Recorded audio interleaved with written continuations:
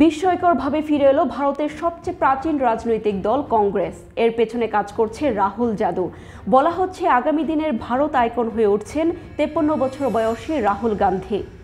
আজ থেকে 10 বছর আগেও বলা হতো রাজীব সোনিয়া তনয় রাহুল গান্ধী রাজনীতির জন্য তৈরি হননি। এমনকি 2019 সালের নির্বাচনে তাদের নিজের আসন আমেথিতে বিজেপির স্মৃতি ইরানির কাছে হেরে যান তিনি। রাজনীতি নিয়ে রাহুলের একাগ্রতা এমনকি যোগ্যতা নিয়েও প্রশ্ন উঠেছিল তখন। সামাজিক যোগাযোগ মাধ্যমে নানাভাবে ব্যঙ্গ ও উপহাসের শিকার হতে হয় ভারতের লৌহ মানবী খ্যাত ইন্দিরার পৌত্রকে। ছাড়তে হয় কংগ্রেসের সভাপতির পদও। ব্যর্থ রাহুলকে ছেড়ে যেতে থাকেন নেতারা। এরপর দীর্ঘদিন ভারতের রাজনীতিতে একরকম কোণঠাসা ছিলেন রাহুল ও তার বোন প্রিয়াঙ্কা গান্ধী। সেখান থেকে কিভাবে উঠে এলেন রাহুল, তারই গল্প বলছি। কঠিন সময়টাতে চলনে বলনে রাজনৈতিক দৃষ্টি বদলাতে থাকেন রাহুল। সরকারের বিভিন্ন বিতর্কিত কাজে সরব হতে থাকেন।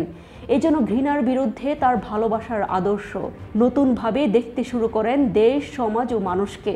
নিজেকে করে তোলেন সুবক্তা। রাহুলের রাজনৈতিক জীবনে একটি গুরুত্বপূর্ণ মাইলফলক হলো ভারত জড়ো যাত্রা।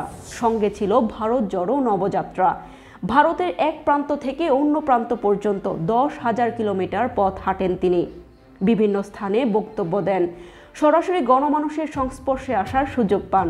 এই যাত্রায় দেশের বড় সংখ্যক মানুষের কাছে কংগ্রেসকে পৌঁছানোর পাশাপাশি তৃণমূলের কর্মীদের চাঙ্গা করে তুলতে সক্ষম হন রাহুল।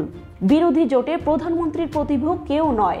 বিজেপির এমন দাবিও যেন ফিকে হতে থাকে রাহুলের একের পর এক যাত্রায় এবং সংসদে তার সোচ্চার ভূমিকায়।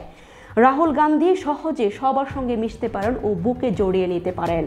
এই আচরণ তাকে জনগণের হৃদয়ে মোদির চেয়ে আলাদা করে তুলতে ভূমিকা রাখে।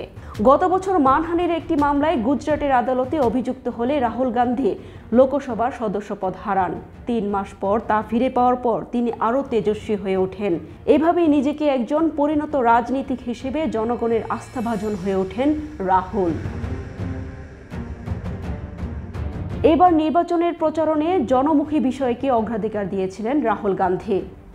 যেমন এক নির্বাচনী জনসভায় তিনি বলেছিলেন, নরেন্দ্র মোদী ও বিজেপির চূড়ান্ত লক্ষ্য হল ভারতের বর্তমান সংবিধান বাতিল এবং পিছিয়ে পড়া জনগোষ্ঠীর চাকরির ক্ষেত্রে বিশেষ সংরক্ষিত অধিকার কেড়ে নেয়া।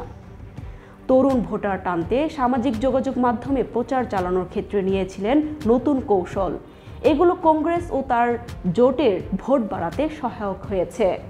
নেহেরু, ইন্দিরা, রাজীব পরবর্তী ক্ষয়ে যাওয়া কংগ্রেস চরম বিপর্যয় দেখেছে গত 2 সংসদ নির্বাচনে।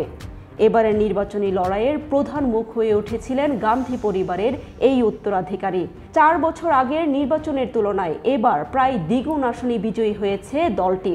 তাদের ইন্ডিয়া জোটের দখলে এসেছে 233টি আসন, যা আগেরবার ছিল মাত্র 94টি। এই ফলাফলের মধ্য দিয়ে ভারতের জনগণ সংবিধান ও গণতন্ত্রকে রক্ষা করেছে বলে মনে করেন রাহুল গান্ধী। দেশের মানুষের প্রতি কৃতজ্ঞতা জানিয়ে রাহুল বলেন, অধিকার রক্ষায় পিছিয়ে পড়া ও দরিদ্র জনগোষ্ঠী এবার কংগ্রেস জোটের পাশে দাঁড়িয়েছে।